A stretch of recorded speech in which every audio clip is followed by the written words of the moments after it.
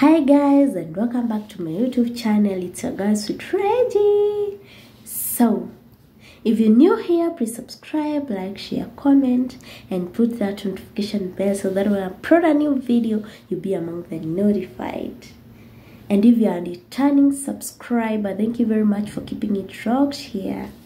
On today's episode, it's a continuation of the last video of how I got married at the age of 19. So my last part was when I got to the in-laws. It was a good experience day one, but with my big tummy, I think now I was turning 6 months, because I think I was 6 months, yeah, because I gave birth on July, yeah, and I went there on May. So I was 6 months pregnant, going to the 7th one. Unfortunately, I met the mother-in-law sick. She had a plaster on her leg. She had twisted. So you can imagine, with my big belly, the guy now, after we went home, he introduced me. He stayed like for 2 days, then he went back to Nairobi. So I was left back. So you can imagine the headache. I'm pregnant. Now I was beginning to get some funny feelings, like, but I was okay. Then I met his mom with a plaster. So you can imagine, I was the one who was doing most of the work, because she couldn't do more, like, because of her leg. So when the guy got back, we stayed with the mother-in-law. The dad-in-law used to go to Nairobi and come.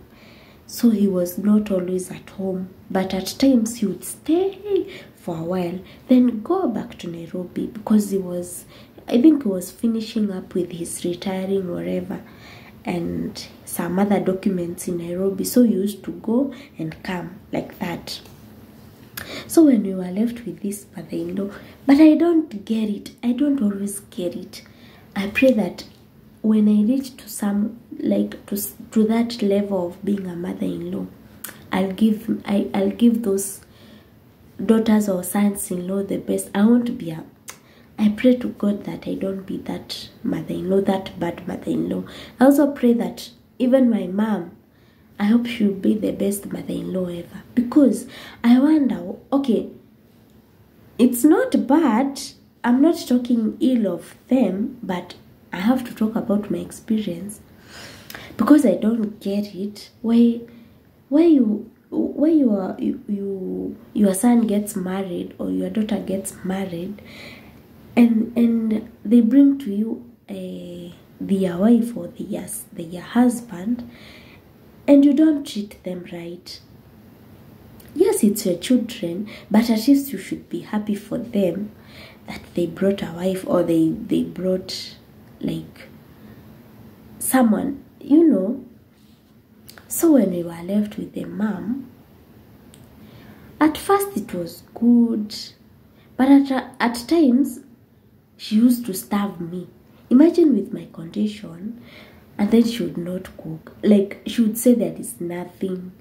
Like, who does that? So you see she used to call my husband, my then ex-husband. She used to call her and tell her that we have no food.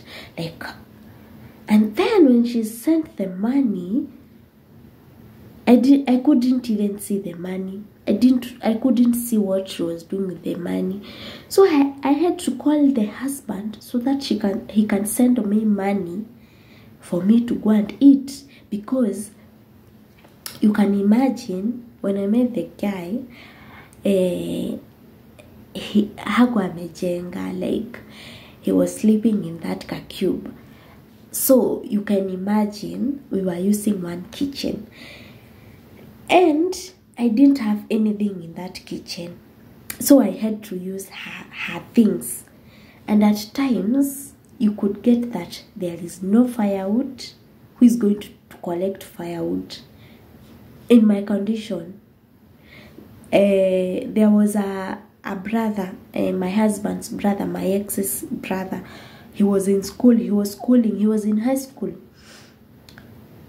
So definitely he would come late in the evening. Who could go and get firewood? At times, like, I wondered so very much, but I survived. God is faithful. Like, I was being helped by neighbors. Like, I used to wonder. At times, I used to call my family, my mom, my grandma. By the way, my grandma has helped me. She used to send me money. Imagine you are married and you're telling your people to help you. Like, you're calling help from your family. You even regret why you went there. But I remember when I went there, we were not talking with my mom. Like, alinichamia kabisa. She even kept quiet for me. I remember there was a time she texted me, sasa ulifika kwenye ulikuwa unaenda. Kaa huko. Hey, me, I kept quiet because my nature, I don't know how to rudisha. Like, I don't know how to argue. So I kept quiet. I didn't even talk to her. So when we stayed for a while, she calls me and she asked me if I'm okay. The love, mothers love, even if no matter what, they will always remember their children. So she calls me and asks me if I'm okay, and I tell her I'm okay. Okay, at first I used to tell her I'm okay. Then it reaches to a point I tell her I'm not okay. So my people used to send me money. So there was this thing that really hurt me. Kabisa. That thing. Like, mi nilishanga. Allow me to speak Kiswahili. Juu hii story itaflow vizuri na Kiswahili. Wenye nimeongea Kizungu ni kujaribu tu. So, time ya kuderiva ilifika. Ilikuwa around, nikapata labor pains. Around July hapo. Juu nilipatanga mtoi July 14th. July 17th, sorry. So around July 16th, nikapata labor pains. Nilikuwa na maneiba wazuri, by the way. Salute to them. Na Mungu awabariki sana. Imagine, okay, sasa si mother-in-law ashatolewa plaster nini na tukakaa, but mi bado nilikuwa na starve. By the way, mi nilikuwa na starve. Mbona nidanganye? Sometimes hata anaeka food, unaona githeri. Unaona ile chungu kikubwa, kile kichungu kikubwa, mpaka githeri inaharibika. Na bado anapika ati tukule. Mi sikuwa nakula, by the way. Mi nilikuwa na make sure niko na do. Naenda nanunua food, mi nakula na jisort na lala. Juu sasa tutasumbuania kitchen. Mi sina hiyo time ya kupika. Alafu nakumbukanga, mimba yangu I think haikuwa inampenda ile ya kabisa, but ilikuwa inapenda father-in-law. So mi nilikuwa nabambika father-in-law akiwa. Kama hayuko mi hatukuwa isikizana. Sijui mbona. So ilikuwanga time season ya mahindi. Nilikuwa naenda na chuna mahindi na choma. Nilikuwa nakula mahindi choma. Nilikuwa napenda. Ndio maana mtoto wangu anapenda githeri. Pepe kanapenda githeri. So mi nilikuwa naenda kunini. Na choma mahindi na lala. Sometimes na kifeel na buy food. Vitu kaa hizo. So hiyo time nikapata labor pains. Imagine, hiyo kitu ilinihatingi, by the way. Ilinihatingi, anaweza kuwa hajui, but ilinihatingi. So mimi the previous day ndo nipate labor pains. Sasa usiku kulikuanga sasa hiyo 16th ndio sasa nipate mtoto 17th. Hiyo 16th kulikuanga na sherehe. Na hangekosa kuenda, by the way. Alisema haizi kosa kuenda. Na imagine mi niko labor. Duno nilipeleka kangwa hosi na neighbor. Madhe, nitarudi huko siku moja ni appreciate. Nilipeleka kangwa na huyo madhe. Akanipeleka, tukaenda hosi ingine injua Kigumo. Tukaenda, like ni kama wali notice niko na problem. Sasa on that 16th. So when you wali notice nika niko na problem, kaanza kuniuliza ati kama kwetu kuna kuanga na mapacha nini. Mimi nikawaambia hapana. But sasa wali notice ni kama kuna problem. Haya, sisi tukapewa transfer, tukaambiwa ati tuende wapi, Murang'a ama Maragwa. Sasa unaona hizo sides za Murang'a. Sasa tukaambiana na huyo madhe, hiyo ni opposite na kwenye tunaishi. Tuka-agree tuende Thika level 5 na iko ndo tuliendanga. Sisi tumeenda, huyo madhe amenishikilia but madhe ile alikuwa ameacha do. Si alienda sherehe.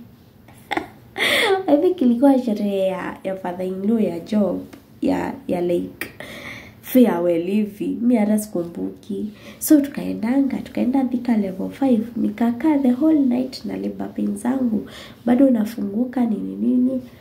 So on 17th, labor nakwambia mpaka nikainduciwa. Actually do you know mimi nilikuanga nifanywe CS, but Mungu na yeye ni nani? Mungu ni mso. Like akakataa na hiyo story. Do you remember niliwekwa maji? I think chupa 3. Niliona hiyo mtoto amepupu kwa tumbo. So it was a matter of life and death. So nilikuwa niende theater. Wacha tu niseme ni God. Around saa 8. Wenye huyo mother-in-law alikuja. Imagine ndio time nilipatanga mtoto. So nilikuwa like, ama alikuwa amenifunga like. Kuna venye unaweza sema huyo mtu asipate mtoi kama sijaenda. Dulu alikuja saa 8. Kutoka jana tu na alijua. Like haezi kuja hata asubuhi. Alikuja hiyo masaa ya saa 8 na hiyo masaa ya saa 8 alikam. Ilikuwa sasa wafungiwe sasa ndio. Watu wakuja sasa saa 10. So hata hatukuonana vizuri. Mimi nilikuwa tu na labor pains zangu. Venye tu alikuja tu hivi. I remember nilipatanga mtoi saa 9:20. Hiyo ndio time nilienda labor. Mimi sikuenda CS mahali na nilikuwa mpaka nimesign. You can imagine, nilikuwa nimesign theater. Nafaa kuenda wapi? CS, my friend. CS. But God na yeye ni nani? Sikuendanga. Nikaenda nikapata mtoi vizuri, but unfortunately huyo namuitanga tu miracle baby juu alikuwa amepupu kwa tumbo, alikuwa amebreathe hiyo hewa. You can imagine. So mtoi hakulia. Lakini nilikuwa na stress. Nikamaliza nini. Mtoi akapelekwa nursery. Akaekwa oxygen. Yeah, aliekwa oxygen. Nikaenda labor. Si labor, nikaenda huko nursery. Nikaosha mtoto. Nilipata akiwa ameshamalizwa kuwekwa oxygen. Alikuwa sawa sasa. Nikamuosha. Nikaambiwa lazima akae hapo juu ya venye alikuwa amevuta uchafu na pia aangaliwe ndio asipate jaundice. So unajua hii yellow, kutani yellow. So tulikaa hosi for 1 week. I used to cry, by the way. I don't know ni juu nilikuwa mdogo, but I used to cry a lot because I didn't even like the environment in the hospital. Sikuwaipenda. Hata kama nilikuwa na visitiwa, sikuwahi kosa watu kunivisit, but juu pia madhe yangu alikamingi, alikujanga. Kila mtu like kwetu, kila mtu alikujanga kuniona. But mimi sikuwahi taka kukaa kwa hiyo hosi. Baby daddy alikuwa anakuja, aniona venye nalia, ana feel vibaya. So venye tulidischargiwa, at least nilifeel vizuri. Tukadischargiwa, nikaenda home. Yeah. Nikaenda, nikakaa, nikanyonyesha mtoto wangu, nini. Baby daddy akarudi Nairobi, mimi nikabaki na mother-in-law. Mimi hata vitu zingine naonanga tu father-in-law ndiye alikuwa anazuia nisipitie vitu zingine. Hey. Lakini mdomo wangu nikaanza kusema nishaifunza. Acha hiyo story hata inaniboingi nikikumbuka. But sasa ikierere yangu nikasema nishaifunza. So kukakuwa mtoi wangu akiwa 2 months around September, kukakuwa na kashule kalikuwa kanafunguliwa tu hapo tu. Juko si kama ushago kabisa juu ni kwenye kuna lami tu iko tu hapo, barabara tu iko tu hapo. So sasa kwa shopping center kukakuwa kuna shule ilikuwa inafunguliwa hapo. Private tu. So si alikuwa anatafuta walimu. So mimi na hii mdomo wangu juu nilikuwa nafunza watoto wengine hapo waniba. akaambiwa. Sasa hiyo time mimi venye nilienda nikaona hiyo environment huko kulikuanga na baridi sana. Nikaona sita expose mtoi na ako 2 months na hiyo baridi yote. So nikamwambia agoje tu mtoi afikishe at least 6 months aweze kukula. Kaniambia sawa. Wakaendelea tu wakatafuta walimu nini. Shule ikaanza, mimi nikakaa. 2015 mimi nilikuwa nimeenda home. Nilikuwa tu nimeenda kutembea. Na every time nilikuwanga naendanga home. Sasa unaona dad alishatulia. So every time nikiendanga home hakuwaitaka nirudi. Sijui kwa nini. Pia maadhe. So mimi nilikuwa naenda na enjoy life. Naenda na kata mwezi. Mtu ameolewa. Basi sasa hata nilikuwa na do. Si ati nilikuwa na shamba ati ningelima, sikuwa na ng'ombe, sikuwa na kuku, sikuwa na anything. Mimi kazi yangu tu ilikuwa nini? Mimi kazi yangu tu ilikuwa kukaa, kufua nguo, kukaa na mtoto hivyo tu na kupika na kukula, what else? So mimi nilikuwa naenda home na kaa hata 1 month. So around 2015 July, mtoto after amefikisha mwaka na kitu, nikapigwa simu na ule mama sasa mwenye ile akaniuliza kama naweza rauka. Sasa naweza enda hiyo Monday juu ilikuwa sasa hii wiki around weekend hapo. Nikamwambia ndakuja. Ndio huyo mimi nikarudi. Sasa nikajua nimepata job. Sasa uzuri huyo madhi alikuwa na katoto age mate ya mtoi wangu. So yeye alikuwa anakuja na yeye shule. So nikamwambia mimi niko na mtoi. So acha nikuje na yeye. Hata kama atakanga na hao watoto wa nasari. Akakubali. Mimi nilifurahia niaje.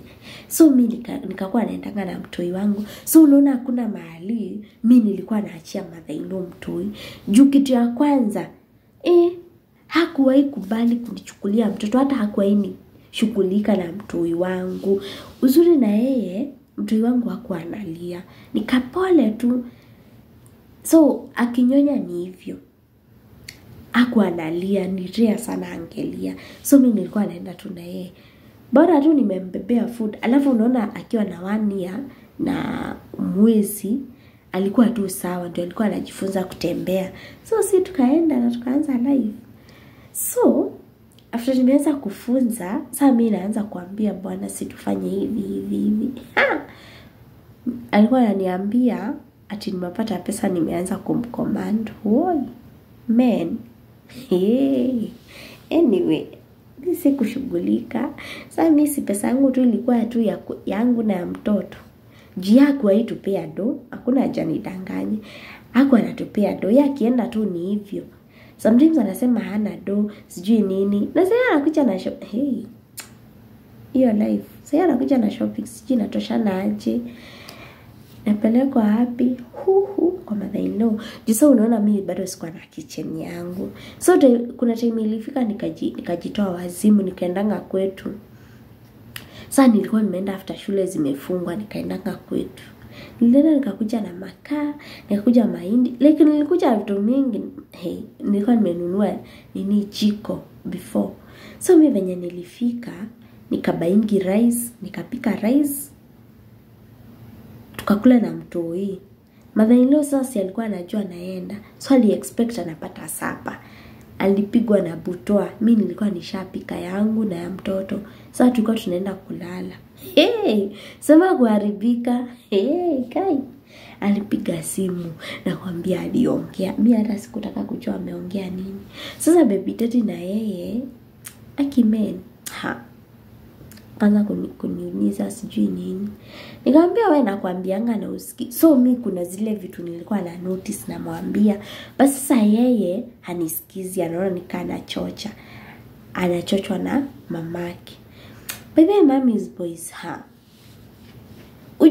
Ujua ukipata tu daughter-in-law, ujua pia wewe ulienda nyinyi wote mmekuja huko like hakuna mtu ati amegrowia huko. Pia huyo mother-in-law ni kukuja pia yaliletwa. So mbona mkae ni kama mnavuruganisha? Si mkae tu in peace. Na mimi nilikuwa tu kadogo, hata sikuwa na maneno mingi. Mimi hata sinaga maneno mingi. So sasa unaona venye nilikuanga job, alikuanga anataka nimpeange do. Basi sasa nitambia aje do, sani yake anipei do. Hey, aje sasa, how is that even possible? Mimi sikuwa nampea, mimi nilikuwa tu nafanya vitu zangu. Mimi na nini inaitwaje, navalisha mtoi na najivalisha. Hivyo na tunapata do ya kukula. So jusa ningedu. So ikaenda hivyo. Ikafika to a point. Unapata mpaka kuna sister in law alinitusingi. Kuna sister yake alinitusingi, but mi haikufanya ati nikonde. But aki msitreatingi watoto wenyewe vibaya. Huwezi jua about kesho.